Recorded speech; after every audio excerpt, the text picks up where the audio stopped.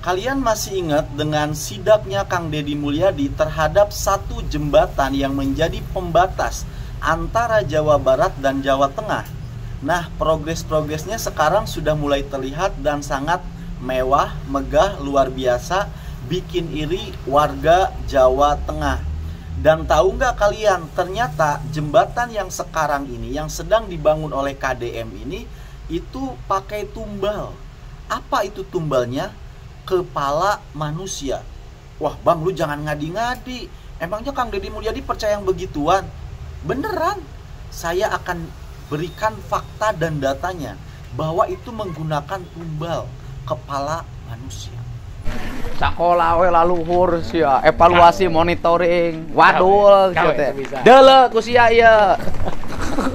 Ngomong we heueuh, monitoring evaluasi. Jauh-jauh sia teh kunjungan ke luar negeri. Tah deuleu perbatasan lemur sia. Di pembicaraan Kang Deddy Mulyadi marah-marah terhadap negur lah ya terhadap bawahannya menggunakan bahasa Sunda yang kasar. Kalau diterjemahkan tuh kira-kira begini nih. Lu sekolah tinggi-tinggi ya kan, ngapain lu belajar teori-teori? Nih lihat hasilnya nih, keadaannya begini, ngomong aja begini dan begitu, tapi hasil kerjanya kayak begini, apa-apaan ini? Nah itu kira-kira kalau diterjemahkan itu tuh begitu tuh, Deddy Mulyadi sedang menegur bawahannya, anjir. Keren banget dah ini pokoknya. Itu bahasa Sunda itu, kalau kalian tahu bahasa Sunda itu kasar banget itu bahasanya. Dulu itu tuh lihat pakai mata lu gitu. Nah, ini nanti kalian simak sampai akhir supaya tahu nih. Sekaligus nanti di sini juga saya akan menjelaskan tentang satu sikap, yaitu logika mistika yang saya ambil dari buku karyanya Tan Malaka, yaitu Madilog, yang mana logika mistika ini menyebabkan Indonesia itu sulit maju. Dan bahkan mungkin juga kalau logika mistika ini masih ada pada diri kalian, ini membuat kalian tuh sulit sekali untuk maju dan akan tetap jalan di tempat. Yang miskin ya tetap aja terus miskin kalau masih ada logika mistika di kepala kalian. Oke, kita awali dulu dengan tumbal. Jadi sekarang jembatan yang sedang dibangun oleh KDM ini menggunakan tumbal, yaitu kepala orang. Kalian tahu nggak? Jadi sejarah tentang tumbal kepala orang tuh begini nih. Di zaman Belanda ketika ngebangun jembatan, tahu sendiri ya, jembatan yang dibangun oleh Belanda itu kokoh-kokoh, kuat-kuat sampai sekarang, ya kan? Contoh di Ciamis tuh ada namanya jembatan Cirahong. Itu sudah ratusan tahun tidak pernah direnovasi, tapi tetap bagus, tetap kuat. Ternyata menggunakan tumbal kepala manusia, ya kan? Nah, jadi ceritanya begini. Pribumi waktu itu ngerjain jembatan ini kan, yang jadi kulinya, yang jadi pekerja itu kan pribumi, ya kan? Nah, orang-orang Belanda ini kan mandornya. Mereka nyuruh begini nih. Weh, kalau lu kerja biar bagus hasilnya ini jembatan, pakai kepala lu gitu. Pakai kepala kalian. Nah, orang pribumi memahaminya bahwasanya kalau pengen bagus pakai tumbal kepala. Ternyata ini salah ditafsirkan, salah paham orang-orang pribumi.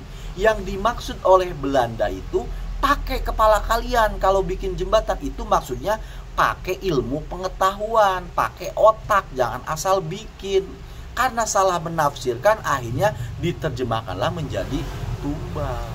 Nah, makanya saya bilang sejak awal, jembatan yang jadi perbatasan Jawa Barat dan Jawa Timur itu menggunakan kepala, pakai kepala, makanya hasilnya bagus. Karena pakai kepala, pakai ilmu pengetahuan gitu loh. Kejujuran, tidak ada korupsinya, begitu. Nah, karena kita bicara tentang tumbal ini, akhirnya kita di sini sedikit akan membahas tentang logika mistika yang dibahas oleh Tan Malaka dalam bukunya, yaitu Madilog. Nah, ketika di kepala kalian masih ada logika mistika ini, itu saya menjamin kalian tidak akan pernah maju. Logika mistika seperti apa? Saya ambil contohnya begini. kalian punya toko, ya kan? Pagi-pagi nih mau buka toko, tiba-tiba di depan ada tanah kuburan, ya kan? Ada orang naburin tanah kuburan.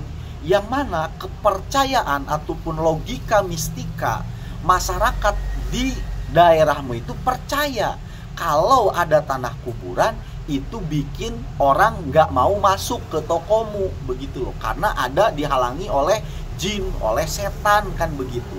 Nah, orang-orang di sekitar kamu tuh percaya, dan kamu ikut-ikutan percaya terhadap mitos ini. Itu namanya logika mistika.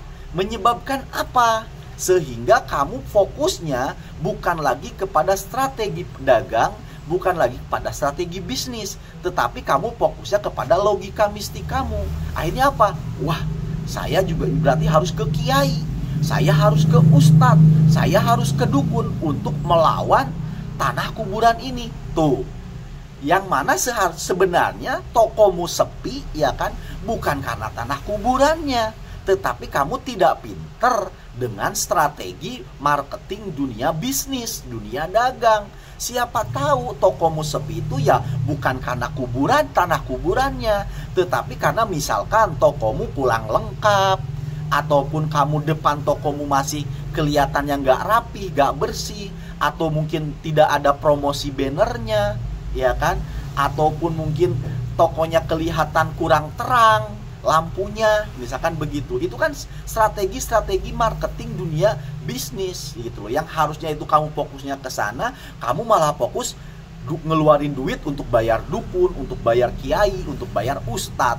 Yang seharusnya duit itu kamu beliin lampu, harusnya duit itu kamu puter di kelengkapan barang, ataupun untuk media-media marketing promosi, begitu loh. Karena apa? Karena kamu diawali ataupun dijajah otakmu oleh logika mistika.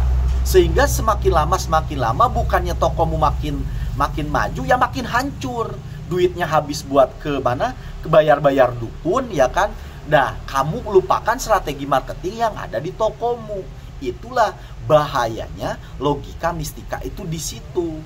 Nah, ini juga yang menyebabkan Tan Malaka waktu itu ya mengutarakan berpikirnya itu lewat buku-bukunya itu, yang menyebabkan Indonesia itu susah banget maju adalah karena masih memegang teguh ataupun otaknya ini masih dijajah oleh logika mistika ini, begitu loh. Maka mulai dari sekarang harapan saya dengan konten ini kalian sudah harus mulai memahami gitu loh. Hidup sekarang tuh harus yang logis, yang realistis, tidak lagi percaya pada hal-hal sedemikian gitu loh. Lagian logika sederhananya begini.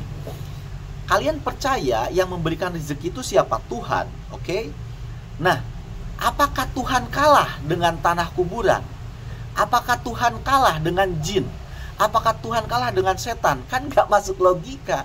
Daripada kalian disibukkan dengan ketakutan kalian terhadap logika mistika ini, ya kenapa nggak kalian berdoa aja kepada Tuhan, begitu loh. Ya Tuhan, ada orang nyebarin tanah kuburan, tolong jaga saya, jaga rezeki saya, kan begitu, ya kan? Lebih kuat mana? Tuhan dengan jin? Lebih kuat mana? Tuhan dengan tanah kuburan, dengan dukun, ya kan? Itu logikanya kalian sesederhana itu gitu loh. Kalau kalian masih ada yang percaya hal-hal demikian, itu segera belajar gitu loh, diperbaiki, karena itu yang membuat kalian selama ini miskin. Yang kalian tuh sulit maju, yaitu logika mistika, begitu loh ya. Nah, harapannya ya sih ya, dengan ini kalian menjadi cerdas. Ayo sama-sama membantu Kang Deddy Mulyadi, kita keluar dari kemiskinan, meringankan bebannya Kang Deddy Mulyadi. Terima kasih karena sudah menyimak, semoga bermanfaat.